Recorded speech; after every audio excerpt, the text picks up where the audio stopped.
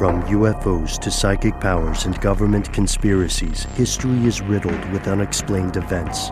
You can turn back now or learn the stuff they don't want you to know. A production of iHeartRadio.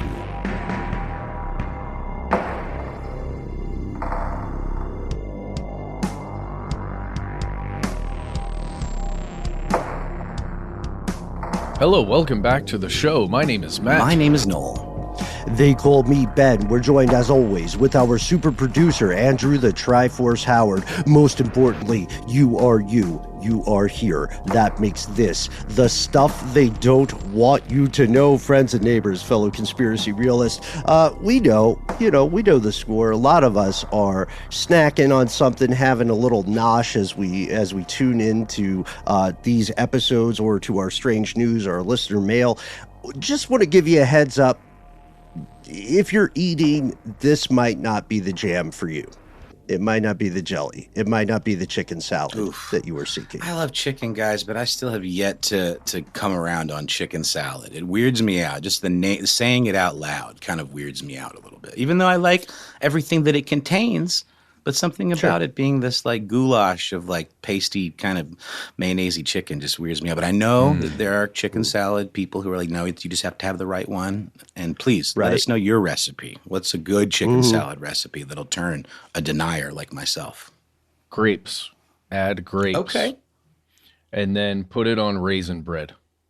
You can add all sorts of stuff. Yeah, I love this question because chicken salad is such an umbrella term, and salad can be confusing because I believe a lot of us in the U.S. associate it purely with vegetable or produce salads. But the like salad in culinary terms is just a mixture of stuff put together. A mélange, yeah.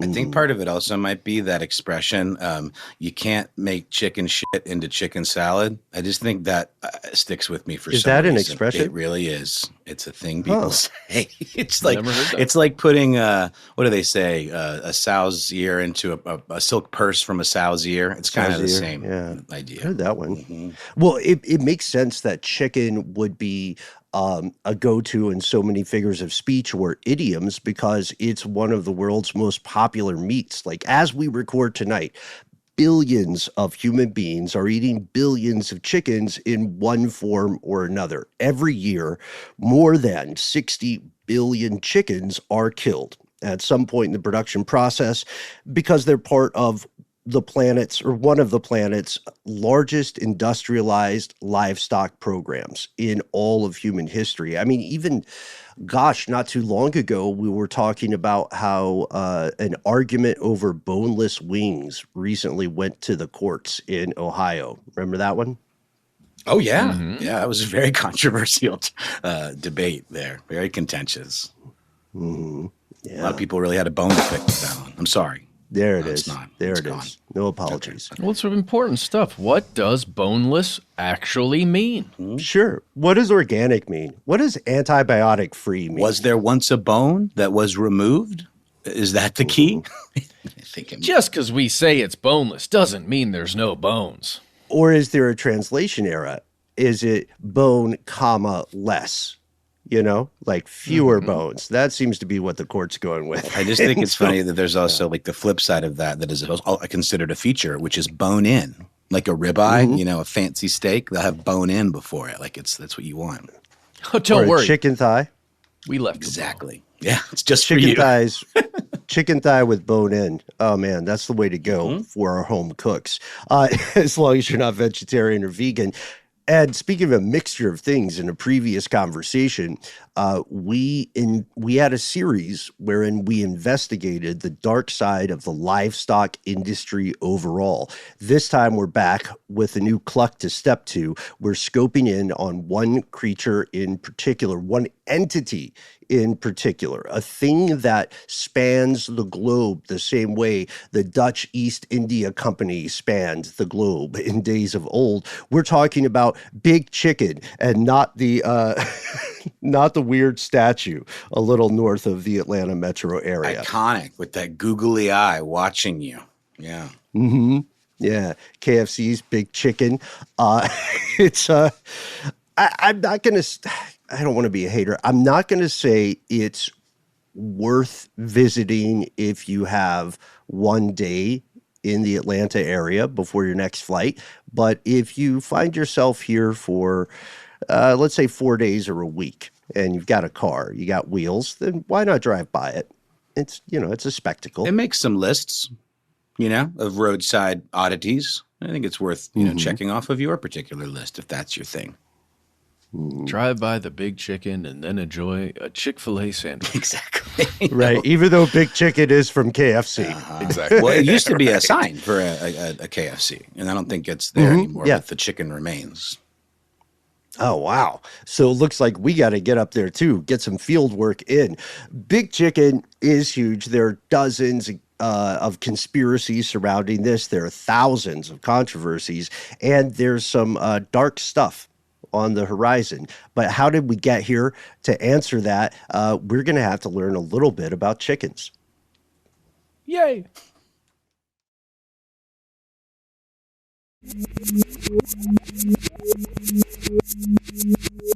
Here are the facts. All right. We did some episodes, we and our colleagues did some episodes on domestication as a concept over the almost 2 decades now. And if you want to learn more about domestication, I highly recommend Stuff You Should Know by our pals Josh and Chuck. If you want to learn about the domestication of dogs, check out our series on ridiculous history. If you want to learn about the domestication of chickens, you're going to have to break past some assumptions I thought we all had. I always assumed that the domestication of the bird we call the chicken was ancient, was like pre-recorded history. Yeah. It was thought for a long time, like sheep or goats, that they were domesticated around 11,000 years ago.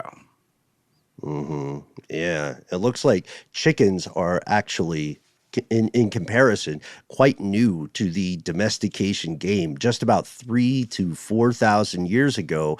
And this is a cool, weird fact.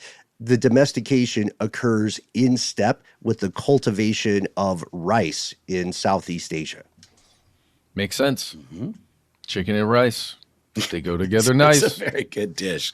And I believe the original birds that were domesticated were called wild red jungle fowl from Southeast Asia. Yeah. Isn't that funny? Humans have been terrified of chickens for a long time. Just so afraid of them. Didn't want them around the houses. Just keep those chickens away. Ugh, little dinosaurs. I can get behind that. Get out of here. We're freaky little guys, man. I'm sorry. They will eat each other. They are, they have very different personalities, but personalities they do possess. It wasn't until 2020, we'll go to Science Magazine here, that a deep study of chicken genes, like DNA of modern chickens, confirmed a humble jungle fowl, the Gallus spedicus subspecies, was the ancestor of living chickens, sort of the avian Eve in this situation. And chickens share more of their DNA with that specific subspecies than any other subspecies. And this helped the scientists do some forensics. They narrowed down the site of domestication to Southeast Asia, and then they did a couple of other studies, all to research the original assumption that everybody grew up with, which was that chickens were domesticated back when the sheep and the goat was domesticated. There's a cool team up between a paleoanatomist and a bioarchaeologist specialized in domestication, which I didn't know was a job you could have. So shout out to Joris Peters and Gregor Larson. They went around the world, you guys, in 2 separate studies looking into sites of antiquity that happened to have chicken bones, whether in a campfire pot or whether buried with a human, as you would bury a beloved pet. Man, if they ever have to reassess bioarchaeologically the nature of chickens, Atlanta will be the perfect site for chicken bones. We're lousy with them. They're everywhere. The joke online is very much based on the reality of living in the city. They find their way into that red clay, and then they'll be there for millennia. into the Yes. future. It is interesting, just this concept of having chickens as pets. I was being silly there, talking about scary little, dinosaurs and stuff. No. But No, it's but true. If, It's true. No, if you've spent any time around chickens, whether it's just a couple, maybe it's just 6 to 12 or something like that are being raised for their egg production or something like that. These animals can be at least extremely affectionate and curious and interested in humans. They're cat-like and in some ways, I could say. Yeah, down to hang around you, and it's actually, I can imagine it. I can imagine a chicken making a really cool pet. Maybe more dog-like, 100%. really, huh?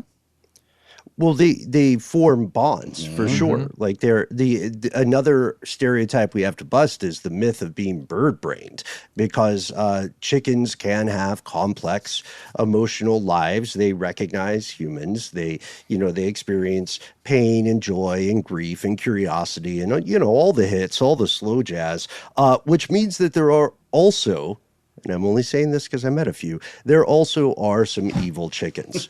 There are some villainous, like Dahmer level chickens. It's weird, but it does indicate, that point about their emotional complexity. The oldest, what we would call chicken bones discovered so far, they come from a place in Thailand, in central Thailand, named Bon Non Wat. And they show up around the time ancient farmers started growing and cultivating rice. So our best guess is this: rice cultivation led to rice seeds being scattered around, right? And this was amazing for the wild jungle fowl that you mentioned earlier, Noel, because that thing was basically just playing the lottery every time it pecked in the dirt, hoping it came up with something it could eat. And now all of a sudden, Pay dirt. There's literal pay dirt. That was really nice. Yeah, there's literal pay dirt, and the birds begin nesting at the edges of these cultivated rice fields, which means over time they slowly acclimate to humans, and concurrently humans acclimate to them. To murdering them. Fast forward thousands of years, chickens got the raw end of the deal. They sure did. Yeah. I've played Minecraft. If you have seeds around, those chickens will hang around you. And if you give them some seeds, they get little hearts over their heads and they procreate. Oh, that's sort of like giving the dog a treat in Legend of Zelda or in Breath of the Wild. You give the dog an apple and it starts to emote its hearts, and then it'll follow you around. Just for rule of 3, if you cast Speak to Animals in Baldur's Gate 3, then you can also befriend dogs, an owl bear. I don't want to spoil it too much. A strange ox. Okay, I love the idea of a strange ox. I don't want to spoil. It's a whole freaking storyline. I've got it on my system, man. I've got it. I'm gonna. You know what? I'm gonna start digging back into it after I start Civilization, whatever the new one is, and after I hunt a few more monsters in Monster Hunter Wilds, which is a lot of fun. Yeah. All right. We also know in the large sense, there's an evolutionary dilemma. So being domesticated by humans on this planet means that your species will become one of the most prolific species on the planet, right? Like cows are everywhere, chickens are everywhere. But as an individual instance of that species, your life is probably going to suck unless you're maybe a dog, or we could bracket cats. They sort of domesticated themselves. But the weird fact going into this industry of consuming chickens is that chicken and rice was probably always a thing. Logically, it probably was the world's first chicken dish. And even then, we see a pattern from these studies. It takes a while for humans to think of these jungle fowl, even after they're domesticated, as a food source first. What we see is that for a long time, people looked at them as sort of a real-life Pokemon flex. I got a living alarm clock. Look at these feathers, dog. You know what I mean?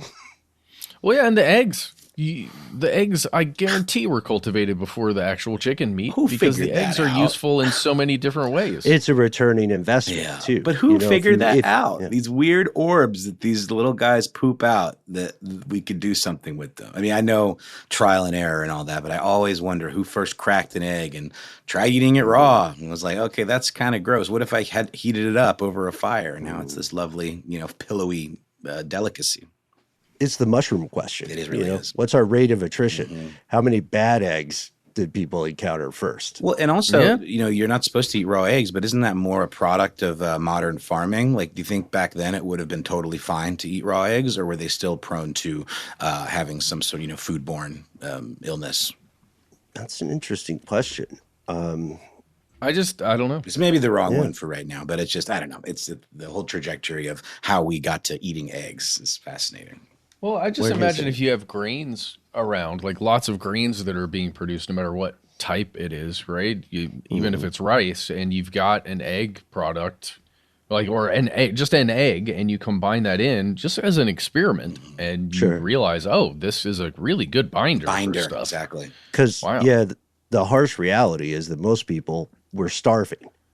Food security was a huge concern. Also, it makes me think while we're gaming this out, there may have been some pivotal moment where the rat would have replaced the chicken, right? What? Grains, edges of fields, tolerance for humans. The egg was probably the deciding factor. Honestly, the egg and the slightly at that point larger size. Interesting. Well, yeah, other little rodent-like creatures like the guinea pig became a major source of food in other places, right? That hang out where the grains hang. Yeah. So we see a pattern, and we can't answer why nature or why this version of reality swung to one pivot point or the next, but we can tell you if we fast forward through thousands of years, can we get a fast forward cue? Thousands of years, there is a domesticated chicken industry. Big chicken is real. It's global. The domesticated chicken spread far and wide. We're talking about multi-billion dollar initiative. It's across the world. Anywhere you go, right? Chicken is, for people who eat meat, chicken is one of the most accessible versions of protein, right? It's one of the few that is not explicitly banned in other meat-eating religions. Like, you can't eat pork everywhere. You can't eat beef everywhere. You can't eat certain shellfish everywhere. But unless your religion forbids animal products at all, chicken's fine. Chicken's good to go, baby. Exactly. We just need, millions and millions and millions of them, because there's some hungry people in this planet. That's right. Billions. Yeah. Which brings us to the chicken industry today. Let's maybe kick some stats. Let's do that. But I really quickly I think it's appropriate to bring up this little reference right before this section. You guys know the rapper Rick Ross? Yes. Which one? The rapper. The rapper. Not the namesake. I think that's Okay, right. got Yeah, it. Rick Ross is an Atlanta rapper and entrepreneur, and he owns a massive 235-acre estate in Fayetteville, Georgia, that he calls the Promised Land, and he's into all kinds of farming, including bison, and I think he's either considering getting into chickens or he already has, but there's this excellent interview with them on Vince Staples' podcast where he's describing being surrounded by chicken cages and chickens roaming around. And he goes, and they're everywhere, going, quack, quack, quack, quack, quack, quack. No. Yeah. That makes sense. It's amazing. He is the same guy who invited people to just DM him if they want to parachute into his estate in, I want to say, Florida, but it may have been Fayetteville as well. Mm-hmm. Well, hate to tell you, Rick Ross, but chickens don't say quack. They say bawk. Do you think he's either never seen or been in the chicken areas of his estate, or he's in fact raising ducks and he's just calling them chickens? Unclear. Unclear. Well, so as of 2024, the United States, with Rick Ross contributing to this potentially, had an inventory of over 520 million chickens and 218 million turkeys. The market leader for poultry production in the United States is, of course, Tyson. Maybe not, of course. I just think that they've got a big presence here in this part of the country, for sure, these chicken plants, with over 43 billion US dollars in sales. Whoa. Yeah. Don't forget Purdue Farms. Guys, don't forget all the other not to be confused with Purdue Pharma. It's Purdue Farms. Right. Right. There are a couple other players in the game. Tyson's the big one, but there is a pantheon in the United States, at least. And now we have to look at the difference between how these chickens exist. There are laying chickens, which make eggs until they're slaughtered, and then there are broiler chickens, which are grown for a short time to an enormous size and then slaughtered. Broiler chickens are the majority source of U.S. chicken meat. They're 67% of all poultry sector sales. That's per the USDA. And there is an explosive trend here. In less than 60 years, the number of broiler chickens has skyrocketed. There were 580 million annually in the 1950s. There are like 9 billion now in more recent years. So that's a percentage raise of about 1,400%. Broiler chickens, think your Costco rotisserie guys, right? Well, no. Any chicken that is raised for meat. That's what the broilers are. And all chicken, 95% of the chickens raised for meat in this country are represented by the National Chicken Council, you guys. Right. Yes. We were talking about this off air. I've been reading a lot of their work. The National Chicken Council. Good writing. They've got a great YouTube channel, y'all. It's and this is real. The National Chicken Council, aka Big Chicken. They have a YouTube channel with it is at Chicken Roost, ROOST 2446. That is their YouTube channel. Yes. And this isn't what you maybe consider in and of itself a lobby, but they employ lobbyists, right? Isn't that the idea?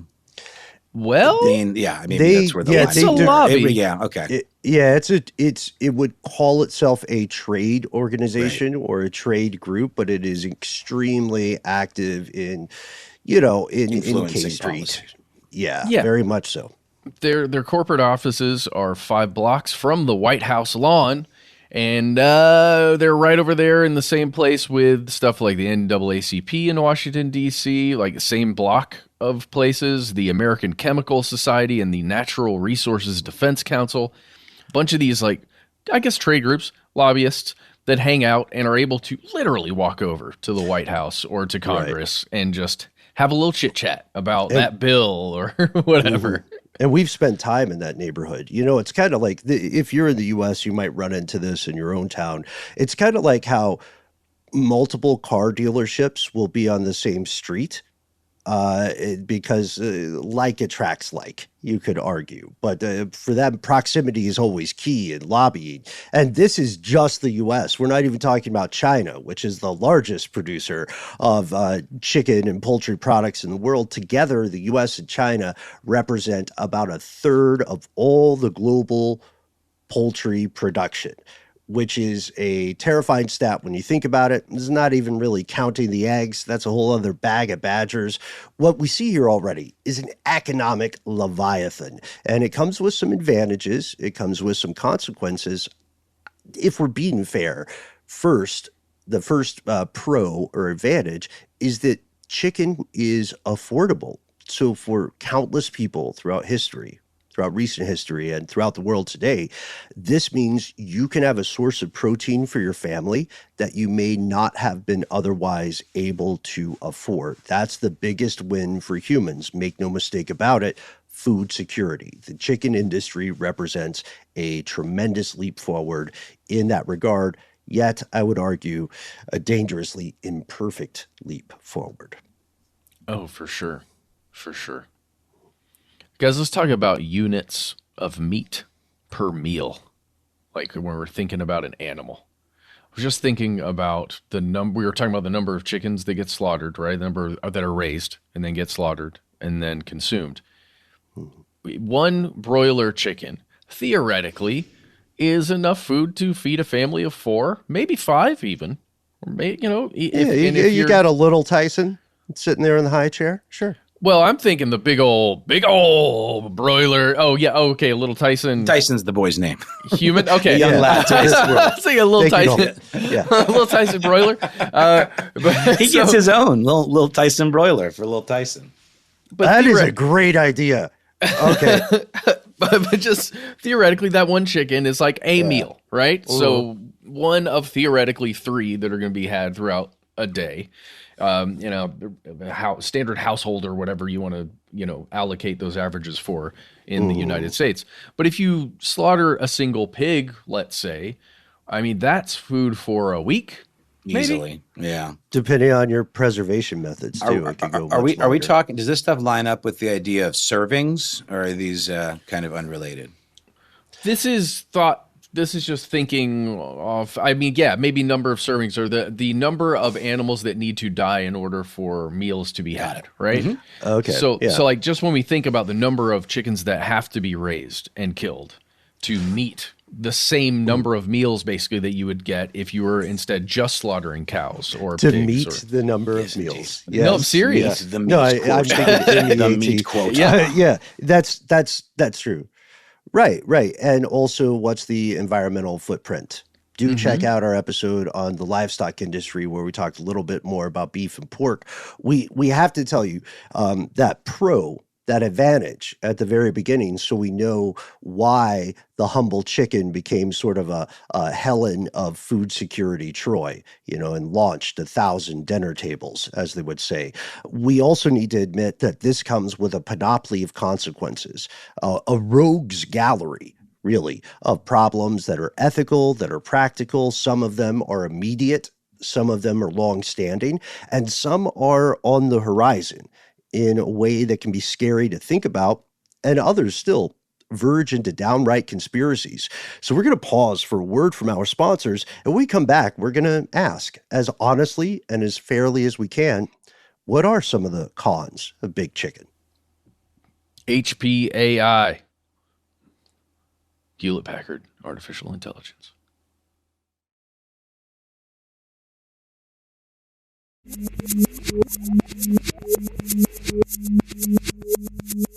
Here's where it gets crazy.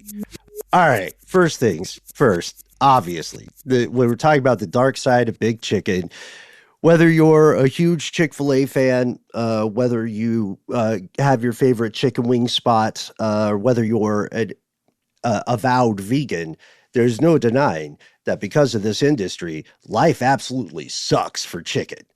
Life is just terrible. It's genocide. Even the best of circumstances, the cage-free eggs that you pay extra for or whatever, or the free-range chicken, that's all just like the path to death.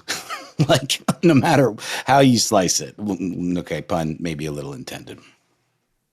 Yes, but, and this is a yes, but section. Sorry, guys. Yes, but there are things changing a little bit, right? For chickens, and we'll get into that for all the animals. There are some things that theoretically could make their lives better before they get slaughtered. Maybe. Yeah, and to learn why those changes exist, let's look at the current and past state, right? Why the changes Matt's alluding to are even on the proverbial dinner table, right? So factory farming incorporates and institutionalizes a collection of horrific methods, conditions imposed on chickens. They kind of have a disposition matrix toward what creates the largest amount of profit. And everything that's happening, everything that you're about to hear, which may make some of us in the crowd uncomfortable, it is all in the name of not malevolence, but in the name of squeezing a bit more profit out of that bottom line, out of every single bird. And it starts with culling. So it is currently common for producers to get a big new generation of chickens to identify all the newly hatched male chicks and to immediately kill them. To in older days, to just grind them up. The logic being these guys don't lay eggs, and they used to grow too slowly. So a lot of them would be ground up and then fed back to the chickens. Oof, that seems safe. I don't know. It just seems like potentially the way that you would get like super pathogens or something. Yes, nice foreshadowing there. I mean, this doesn't mean life is great for the survivors of that first cull. Egg-laying chickens, let's say you become a laying chicken, you are still in these brutal, very cramped conditions pretty often, because cage-free, by the way, doesn't mean what a lot of people assume it means. And an egg-laying chicken will often get de-beaked to eliminate inter-chicken violence, which is otherwise a hilarious phrase, but it's very real. They're burned off, if I'm not mistaken, right? Isn't it like a process involving some kind of off? Yeah, okay. For some reason, I've seen a process involving some sort of very like hot brand of some kind, or like I don't know. Maybe I can see that. Maybe I'm imagining Yeah. that. I mean, it differs. It's always going to be what's the cheapest thing for that producer, right? And once those beaks are clipped or burned, otherwise maimed or removed, you'll see a lower level of aggression and cannibalism, which would, in other circumstances, be widespread, or as our pal Frank would say, wide rife in this very contaminated, cramped environment. The reason that works is because it puts the chicken in a state of chronic pain for the rest of its short life. So if it attacks, like it hurts to eat. Imagine your main way of aggression, right, or sustenance was your mouth. And imagine, shortly after you were born, somebody messed with your jaw and your mouth and your nose, such that it hurts to breathe, it hurts to eat. You're in intense pain if you try to bite. That's why it works. Now, these growers, we're talking about this is happening for chickens that lay eggs, Yeah. Okay, but those are not the broiler chickens, right? Those are different. Yeah. Those aren't the ones that humans are going to eat generally. Those are for a whole separate purpose. Those will tend to have a longer lifespan. Still brutally short, but they'll tend to have a longer lifespan. Well, we're still eating their byproducts. Right. They're eggs generally. Yeah, they get killed kind of in the second wave. And all of these creatures live a much shorter life than they would live naturally or in, your backyard. I did Google chicken beak removal hot, and there is a thing for sale online. It is called a chicken beak breaker, hot beak machine, automatic beak breaker. And it basically has a blade that is heated up to red hot, and then the beak is put in there, and it's clipped off because it cauterizes it, after it clips it off. So that can't be very pleasant at all. No, again, it gives them chronic pain for the rest of their lives when they clip that beak. And this doesn't even, we got to talk about the size, right? Earlier mentioned units of food, right? End user. So we mentioned earlier that modern chickens now, if you look at them, they're going to be way bigger than those jungle fowl of ancient Southeast Asia. Part of that is due to injection of growth hormones, juicing the birds. That's illegal in the U.S. and Australia currently. But another part of the general size disparity comes from something it's even a little crazier. It's eugenics, intense breeding regimens. So coupled with these extremely cramped conditions that you could barely call a life, this can also result in chickens that are so overweight and burdened by their own heft that they are essentially, invalid, I guess, for lack of a better term. They are not able to move around and operate like a normal creature would. The level to which they are plumped up, I guess you could say, essentially is like completely burdening them at all times. They can't even support their own weight. Yeah. And that's Not their choice, also. It's a short life. It's filled with terror. And we were talking about this earlier. It bears emphasis. Anyone who has raised chickens on a small scale, a lot of our friends or family or even coworkers outside of that can confirm chickens do have personalities. They can experience emotions, which means they know when stuff sucks, right? And just like you, they have a problem with it. Even the more humane operations out there will use slaughtering alternatives like decompression or gas chambers or something called the kill cone. The kill cone is where you take a chicken, you stuff it head first down a funnel, and then you pop the head through the opening at the bottom of the funnel, and then you slash their neck and then bleed out. Those are examples of the more humane alternatives to the usual factory slaughters. So the more you learn about this industrial level poultry production, the worse it becomes. And a point we were talking about a little bit off air, in a lot of animal rights literature, the people who would be the polar opposites of the trade lobbies or the thing with the metonymy, big chicken, a lot of those groups vilify the human poultry producers as some kind of callous, unfeeling monster. But that could not be further from the truth. The people who are doing the work, by which we mean not the lobbyists, not the executives and the C-suite and whatever, the people on the ground are often forced to resort to these barbaric practices just to stay afloat in a market that continually pushes for the bottom line. What we're saying is, in short, life often sucks for the poultry producers as well. And I think that's something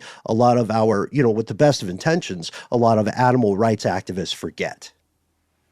Yeah, for sure.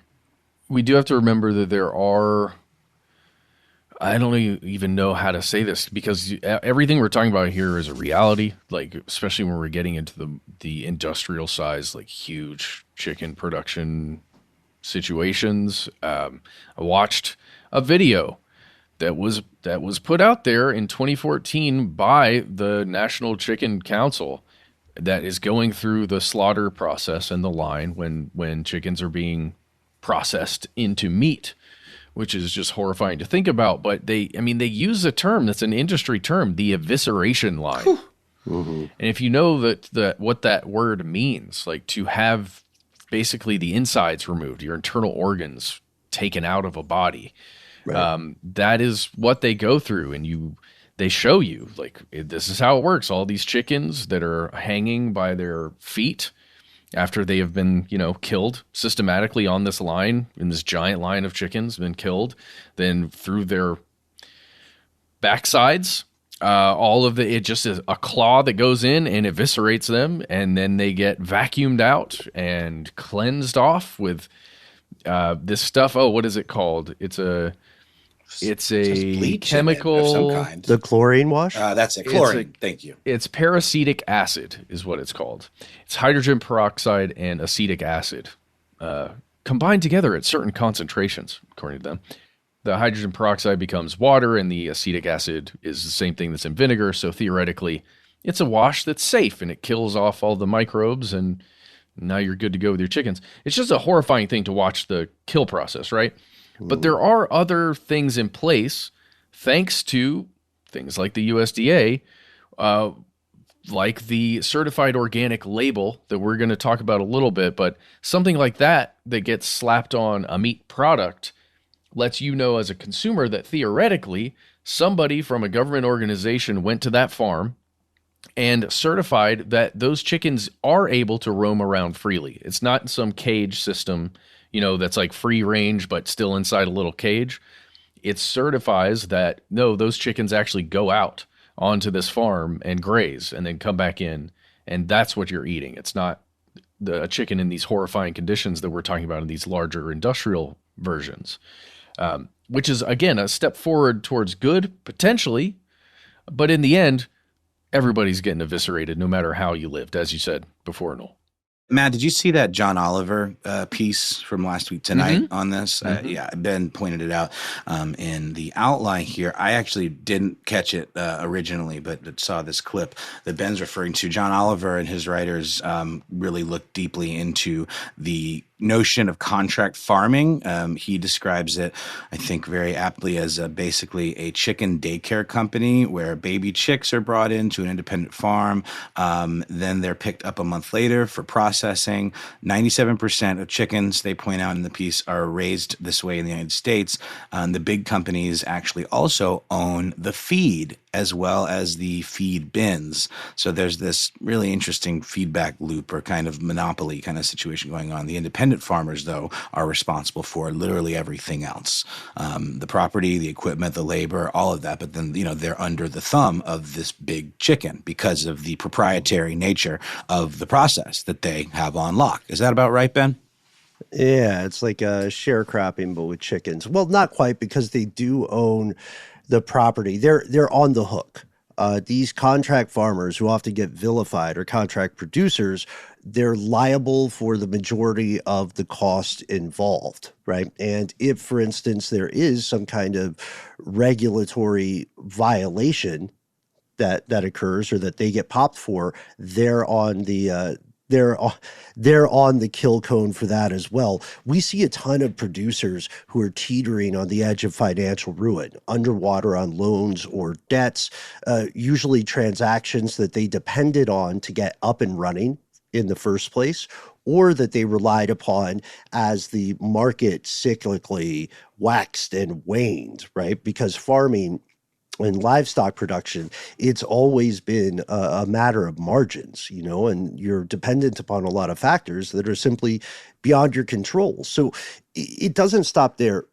Worker safety and worker rights in general often fall to the wayside in these contract farming arrangements. The system that Big Chicken has hatched. Oxfam Thank you. Oxfam America found that a lot of slaughterhouse workers, in some exhaustive studies, despite having regulatory bodies show up and certify stuff, a lot of these slaughterhouse workers were not getting breaks to the point where they had to wear diapers.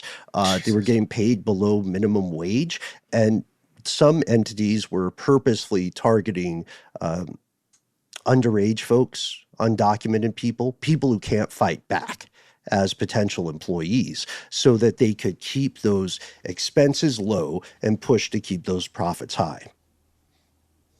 Mm-hmm. All right. Why don't we take a little breather here? This is heavy stuff. Have a word from our sponsor, and then we'll be back to find out more about some of the pitfalls of this massive industry.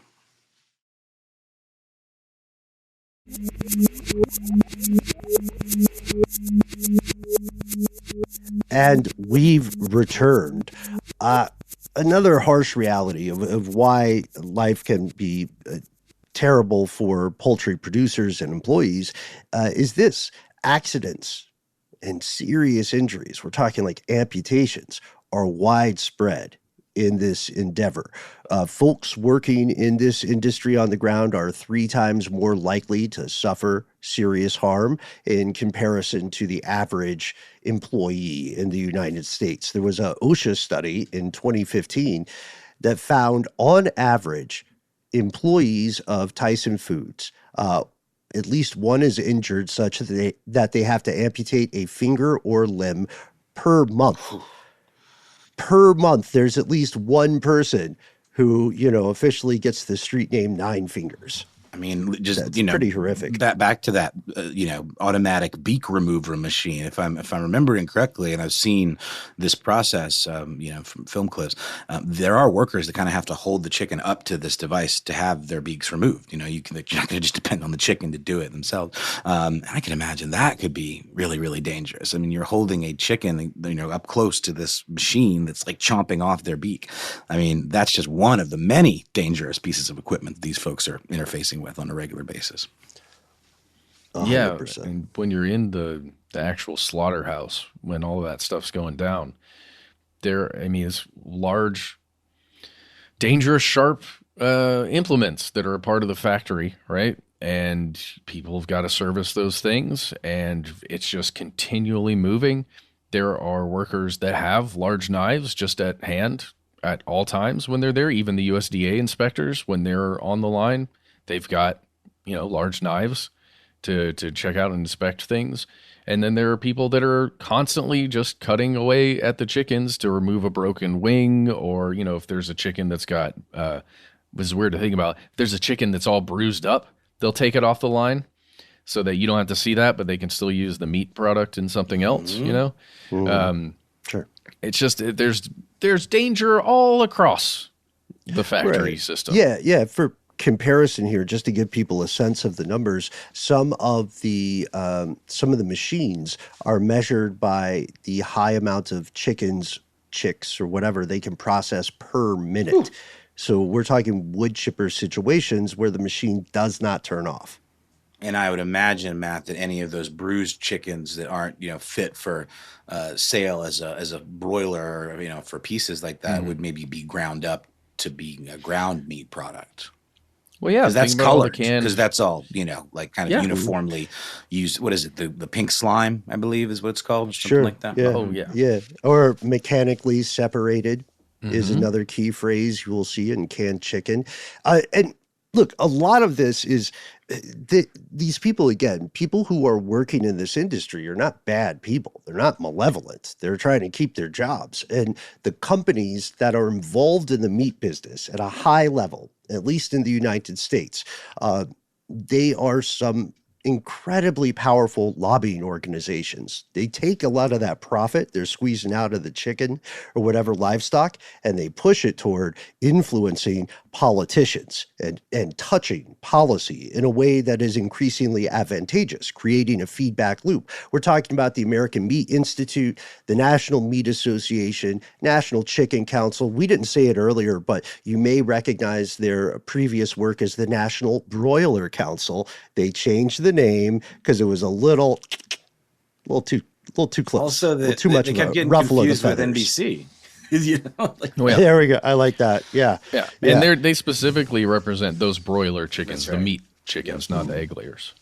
And these are powerful groups. They have such a strong voice in decision making in Washington, and they're fairly consistent in their work. They're pushing back against proposed safety standards. They're pushing back against what they see as over-regulation. And one of their arguments returns to the thing we said at the top of this evening's episode, to food security, right? We're self-regulating, the argument goes. We accept a certain amount of government intervention, but our overall goal is to keep meat safe and very affordable. We want it to be cheap for the average consumer. So help us help you, America, is their argument at base. This is why chicken is cheaper than peanuts often. Yeah. And it is weird. If you go to the National Chicken Council's websites and stuff, they advocate for that. It's generally advocating for safety, at least outwardly. When you look at the press releases and stuff that gets put out, it's all about, hey, the antibiotics that everybody is so worried about, you don't got to worry about that. They explain to you how the antibiotics that go into chickens are never in the meat products, and they're tested for that. The USDA protects you as a consumer against having antibiotics in the meat products you receive. They do go into the chickens, but there are these periods where they're no longer allowed to have antibiotics, so it'll never get into your body. It's fine. Which, it's maybe true and maybe fine. But it doesn't change the actual issues with doing something like using antibiotics in chicken products. Right. Yeah. We have to dive into that because that'll bring us to, the horizon, what rough consequence slouches toward Bethlehem in big chicken industry. When we stay just a moment on the realities of people in the poultry industry on the ground, it means that these big groups, these organizations, these corporations, these who fund the trade groups and the lobbies, they have so much leverage over employees. If you make too much trouble, you raise too much of a ruckus, you ruffle too many feathers, you can be blackballed. You're not only cut out of the chain, you're not only cut out of the chain, but you are still on the financial hook for all those loans you took out at the beginning, right? The bank that gave you money is not going to say, you had a conscience. You know what I mean? So we're going to forgive this loan. They're going to say, hey, you're late this month. And that will be the extent of their empathy or observation. Also, there are harmful impacts on the local community. I was interested to learn, and we found this in previous research on livestock overall, but you guys might remember back in 2009, a criminologist studied locations of poultry processing outfits and rate of crime. Similar studies have been conducted with the location of military bases and crime. And what this criminologist, Amy Fitzgerald, found was that slaughterhouse employment, regardless of the animal involved or being processed, slaughterhouse employment increases total arrest rates, violent crime arrest for sexual assault and other sex offenses in comparison to other industries. And this is pointing to just the potential for this being such a traumatic situation to work in that you would maybe, I don't know, be damaged psychologically by that, or that certain types of people that might be violent offenders are more attracted to this kind of work. I'm curious. It's a very interesting stat. Yeah. Those are great questions. In Fitzgerald's work, what we see is not a ton of conclusions past the correlation, but some of the possibilities that were just mentioned there. The idea that maybe folks who wouldn't pass a background check for another job are getting hired. Maybe that's one. Maybe, there have also been some interesting studies that we haven't cited here regarding the psychological effects you mentioned. That's a very real thing as well.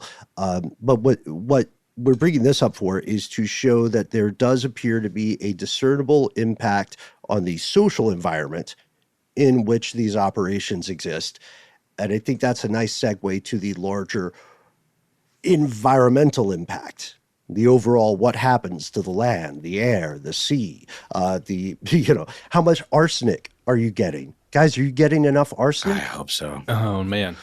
And really quickly before we hit on that, I just want to talk about the reason why there are so many poultry farmers out there in the world, especially in the United States.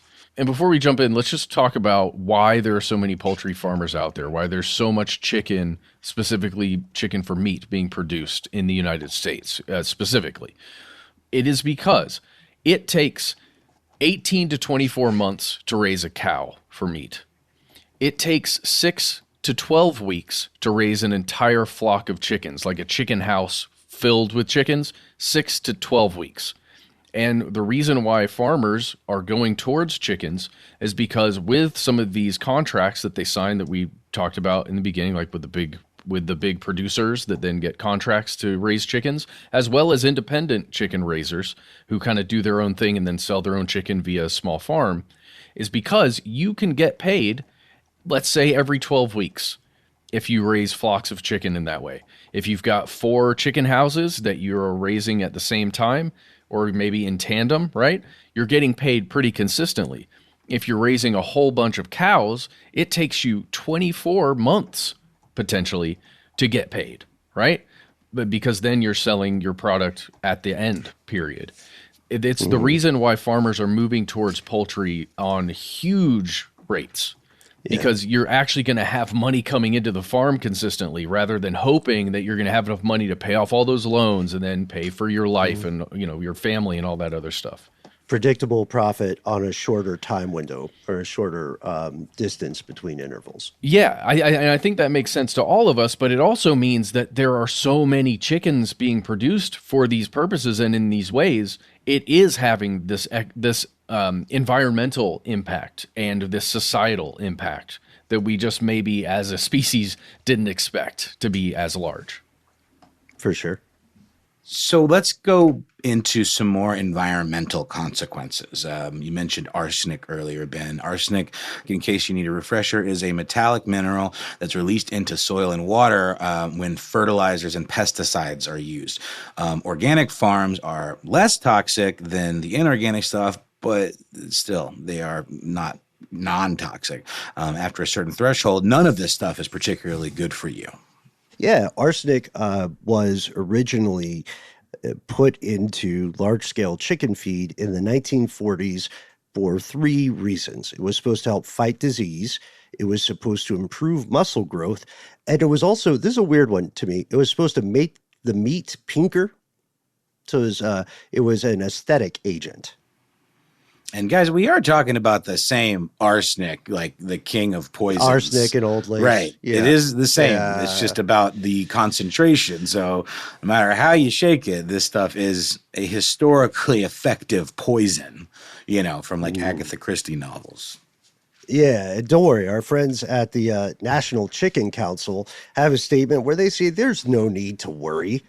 There's no direct correlation between long-term detrimental health effects like cancer and arsenic. But it is also true that for a long time, consumption of chicken was the primary source of arsenic exposure in U.S. children across the board. That's crazy. It's almost like they eat a bunch of chicken products they or love something. That chicken. The fingers, the nuggets, part of school lunch programs. I think it was smart to call them tenders too. That was great marketing. Yeah, people don't say. Fingers is a much more specialized term these days. It seems like it's not used as broadly because it is kind of odd because chicken don't really have fingers.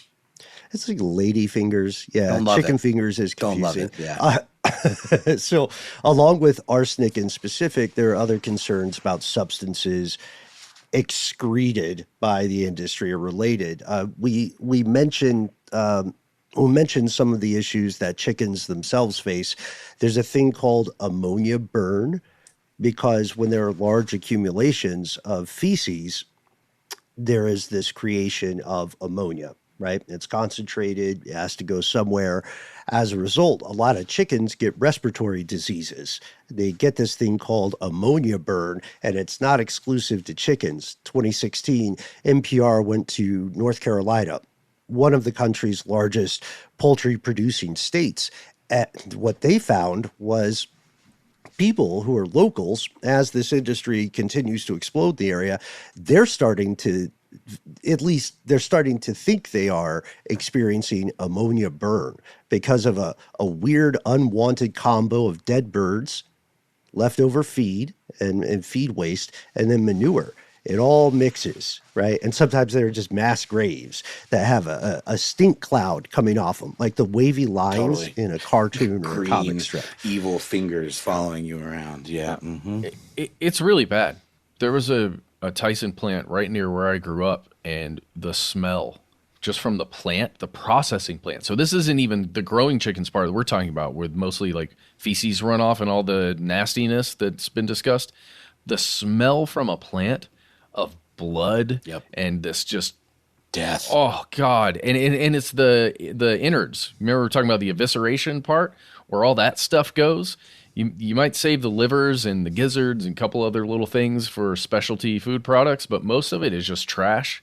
And when it becomes that waste thing, where it goes afterwards and how it's stored can affect everybody in an area. There's a big Tyson plant near Athens, Georgia, where I lived for quite a while. And, when you got in that vicinity of that place, it was pretty rough. Mm-hmm. Yeah. Yeah. And you can smell some of these from the highway. Yeah. Right, from the road as you're driving through. There are a couple of, I think we've all in the Southeast in particular had those experiences. There are a couple times I was able to time my drive to a few places by when the smell kicked in. Yeah, like to get away from it? To get away, or when it arrives, like when is it time to switch? When is it time to switch off the outside vent for the AC? Right. Yep. And you can feel it coming. You can hear it. But I remember hearing about this specifically when we covered dark waters. I think we mentioned not that long ago on the show that we just published it as a classic. where there were issues with water runoff and chemical plants. The other issue that came up was water runoff with chicken feces specifically. Yeah, exactly.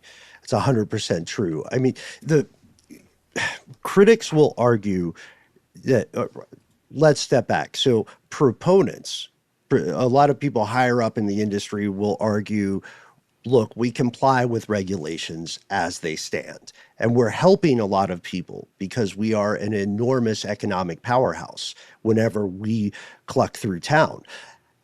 But the critics on the other side will say, yeah, you're quote unquote complying with regulations that you physically hampered, right? You changed the rules of the road to your advantage at the consequence of the public. And of course, these cursed birds. Well, and now it seems like, I mean, even under the best circumstances, these regulations are fallible and not nearly robust enough. And it does seem like, given the nature of the governmental situation that we find ourselves in the United States, we may see further erosion of these types of regulations for the benefit of the yield, for the benefit of the companies producing the stuff and profiting from this stuff rather than for the safety of the end user. I'm glad that was said because that's happening now. That is true.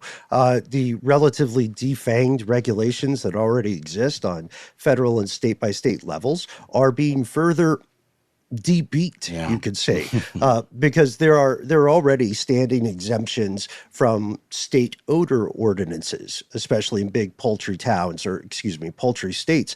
And then there are also exemptions from federal air emissions monitoring. So the rules are already put at, like, the video game difficulty setting is at easy right now. It's at laughably easy for compliance. And that means that this stuff gets into the air, into the soil, leaches into the water.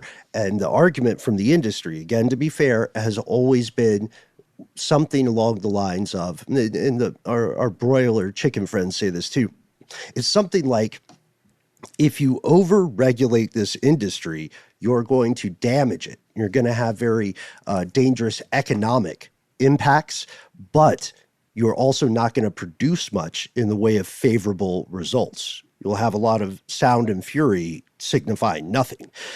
That's an argument critics reject, but it is the one the feds and big companies do seem to embrace. It's not putting a chicken in the kill cone of this one. We're just letting you know the two different sides of the spectrum here. And I don't know. The other thing, to get more conspiratorial, we're duty-bound to say this, is that other stuff added in the production line may hold even more dire consequences down the road. Direr. The direst. Oh, indeed. Die, the operative word here. Are we talking about antibiotics and that feed loop? We sure feedback loop created by feeding the chickens their ground up cohorts, right? Not great. Oh, yeah. In terms of the kinds of superbugs that this can create. Mm-hmm. Yeah. Now, the antibiotics have to be included in some level for some of these large-scale operations, facilitation of rapid weight gain, cutting down on the diseases that would otherwise run rampant in those conditions. This widespread use of antibiotics, you mentioned the word superbug there, Noel. This widespread use of antibiotics is essentially fast-tracking the evolution of superbugs, of drug-resistant things. It's reducing the overall effectiveness in antibiotics in humans. And this is an across-the-board effect. This is an across-the-board catastrophic potential. If you are vegan, if you are vegetarian, a superbug generated by this overtreatment of antibiotics can still affect you. It doesn't matter what you eat. Sure. It does matter if the antibiotics actually get into you, right? And the National Chicken Council says, no, they will never do that. But, And y'all, I know I keep harping on this idea of like feeding the chickens ground up chicken. And I guess the issue there can be that they're self-contaminating. And then the antibiotics, I don't know, like they can become less effective, or there is something that I've definitely seen reported on in terms of that feedback loop of that whole system, the closed system of it all.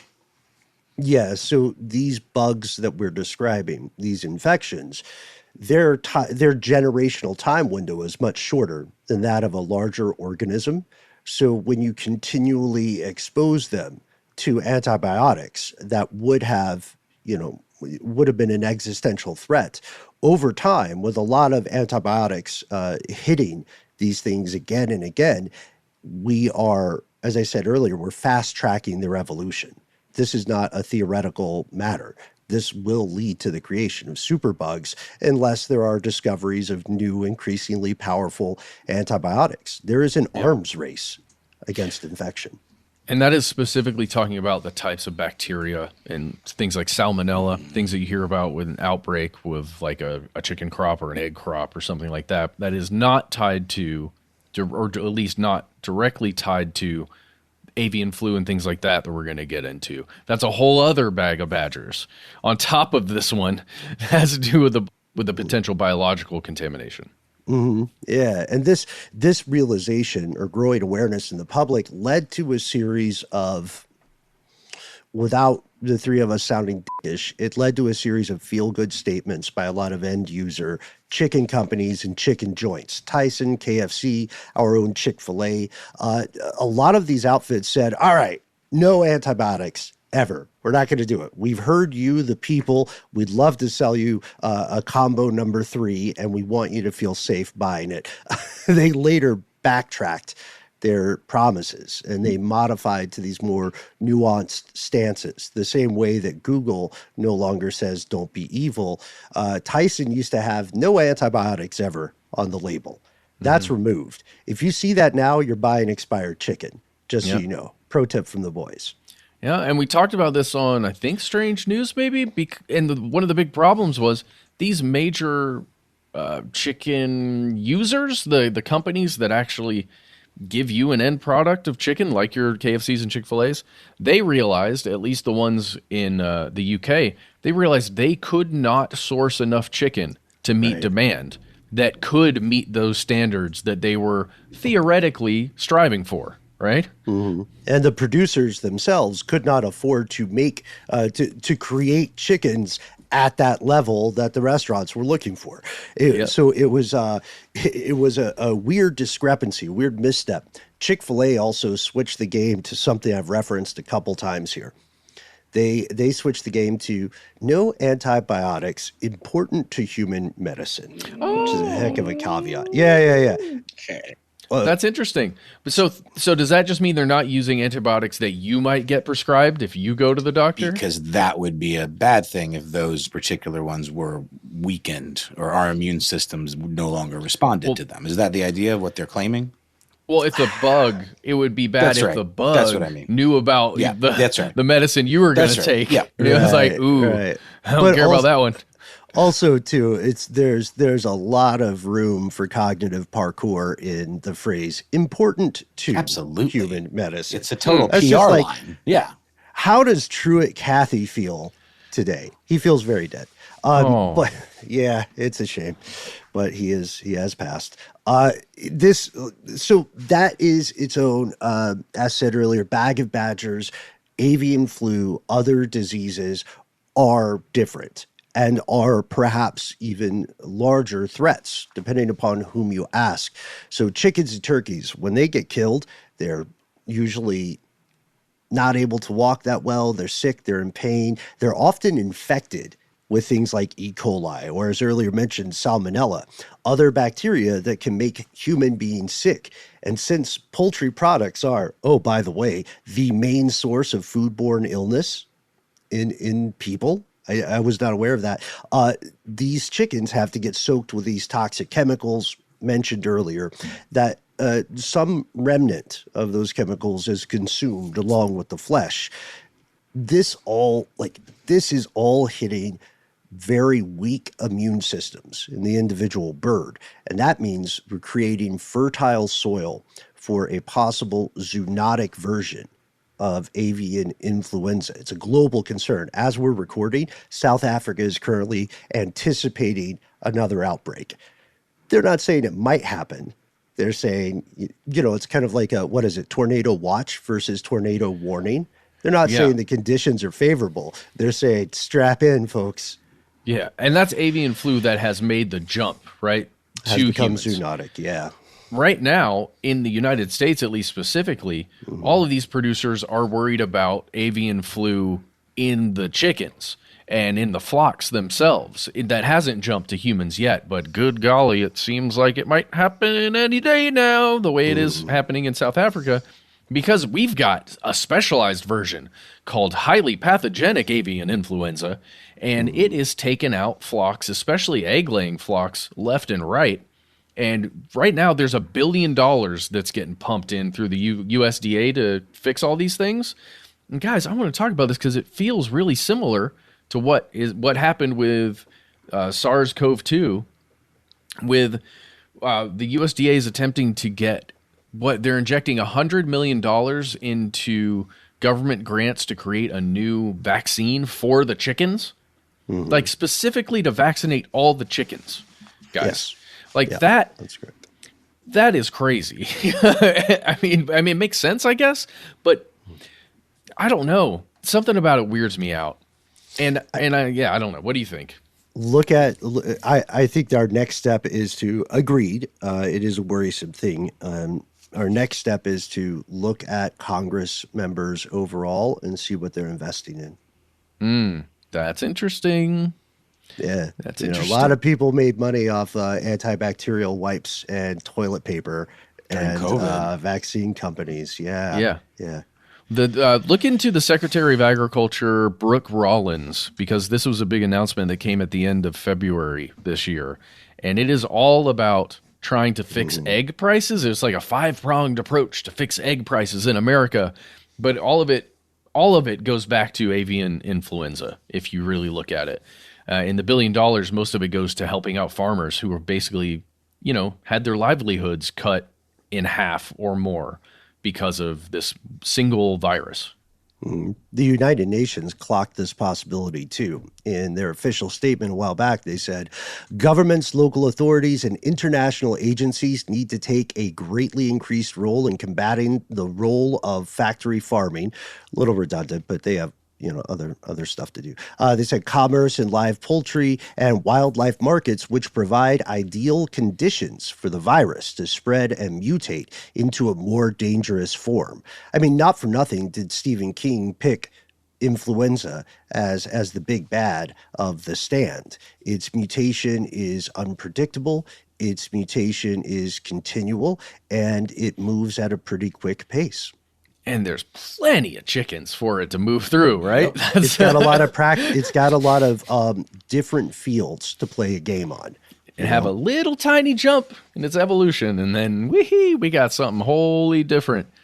Guys, it worries me a little bit in this legislation that came through. One of the things that the USDA is talking about doing in this 5-pronged approach is to remove unnecessary regulatory burdens on the chicken and egg industry to further innovation and reduce consumer prices. Exactly. Yeah, the consumer prices are definitely what they're concerned about. But like theoretically, just thinking on that a bit, when we think about when people go to the grocery store now, you buy what you can afford, right? And if you can afford a little more, you are likely going to choose one of those labels like the USDA certified organic. That means, the chicken has bypassed a lot of the horrific stuff, not all of it, but a lot of the horrific stuff that we described in this episode. So you use your money to purchase a chicken that actually is roaming around somewhere. Isn't it kind of also not a thing as much in other countries? Like, you don't need to pay extra for the safer food. Like, I feel like that's definitely the case, where it's just chicken is chicken, and you don't have to pay a premium to get the one that probably won't kill you or make you ill. You're also looking at higher food safety standards, but then you're also looking at local producers. Exactly. Yes. Right. So that is part of it. The idea of returning to a less centralized supply chain. The issue is what this legislation ignores. Which I mentioned before, there is it ignores the fact that there is such tremendous financial pressure being put upon the further erosion of existing regulations, and the idea that the market itself will suddenly prioritize health and safety, which is simply it's never been the case, and at least not in the U.S. Upton Sinclair was 100% right. There's a reason that we mention him so often. Yep. Just something I never learned until we did this episode, guys. It costs an individual farmer somewhere around $2,000, $3,000 to get your, even if it's a small farm, to get everything certified organic. And it's because you have to pay one of the roughly 80 certifiers, like literally individual 80 human beings that can certify your farm Kickbacks. as organic. Well, you have to pay for them to fly from wherever they are, stay for a couple days, Get him a per diem.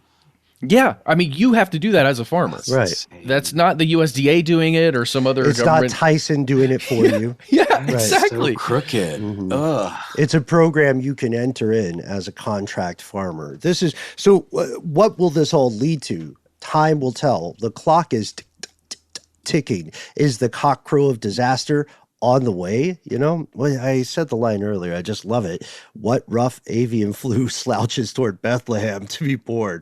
What's the end result? I think we've been very fair in this episode, or we've endeavored to be fair, giving chicken fans and foes alike just an understanding of the issues involved. Well, I mean, I love chicken.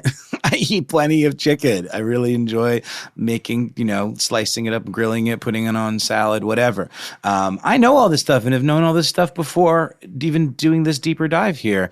And I'm still so removed from all of that it doesn't affect my purchasing and consuming habits that much. And I know that's the case for a lot of folks. And I want to do better, I mean, it's... Every time we get into this kind of stuff, it makes me want to change the way I act as a consumer. But it's so easy to just kind of like turn a blind eye to a lot of this stuff, or at least like willfully deceive yourself about what's going on. It's also easy to feel that one is attempting to empty the ocean with a bucket. You know what I mean? Like, what difference can an individual make? We'd love to hear from people in the industry in particular. What does the public need to know if you're directly connected to this? What are the potential dangers, in your opinion, overstated? Are they perhaps underestimated? It'd be great to hear from anyone. Do we have anything we want to add before we close tonight's episode? I've got one thing at the very end. I'm good. I already talked about Rick Ross. What are the lives of the chickens you raise like? Yeah. For real. Because we have often heard the horror stories of the factory farming. What are your chickens' lives like? Mm-hmm. Yeah, and have you met a villainous chicken? I really want to hear about this, because I only ran into two over a long career of meeting various animals. And were they roosters or like hens? Hens. They were hens. Oh, wow. Okay. Wow. It was crazy, man. Anyway, so you can always email us for that. The very last note here is that if you find yourself in our fair metropolis of Atlanta, Georgia, the best chicken wings in town are at the local. Tell them we sent you. And on the way, tell us your thoughts with all these questions we've asked. We try to be easy to find via email, via telephonic device, and via the lines. Chat your chicken scratch to us on the internet. Lemon pepper wet, y'all. Try it. The local rules. Check us out. Sun-dried tomato. Also good. Sun-dried Very tomato. good. Also good. Excellent choice, Matt. You can find us at the Handle Conspiracy Stuff, where we exist on Facebook with our Facebook group, where you too can share your preferred recipe for chicken salad and your preferred way of eating a wing in our Facebook group. Here's where it gets crazy. You can also find us at the Handle Conspiracy Stuff on X, FKA, Twitter, and on YouTube, where we have tons of videos for you to check out. On Instagram and TikTok, however, we are Conspiracy Stuff Show, and there are other ways. Yes, you can call us. Our number is 1-833-STDWYTK. When you call in, give yourself a cool nickname and let us know in the message if we can use your name and message on the air. Call in and tell us what your order is from the Chicken Salad Chick. We're not sponsored by them. I just do happen to enjoy their food. You do like a chicken salad. You're a chicken salad guy. Okay. I really am. All right. Used to do it at the old offices in Buckhead, at least once a week. Okay, you've got 3 minutes in that message, by the way, so keep it a little short if you can. When you're ready to send us something longer, when you got a lot to say, why not instead send us a good old-fashioned email? We are the entities that read every piece of correspondence we receive. You don't have to stick to just one way. There are the rules are there are no rules on the email. Let us know what your thoughts are, short or long. Give us the pictures, give us the links, take us to the edge of the rabbit hole. We'll do the rest. Be well aware yet unafraid. Sometimes the void writes back. Conspiracy at iHeartRadio.com.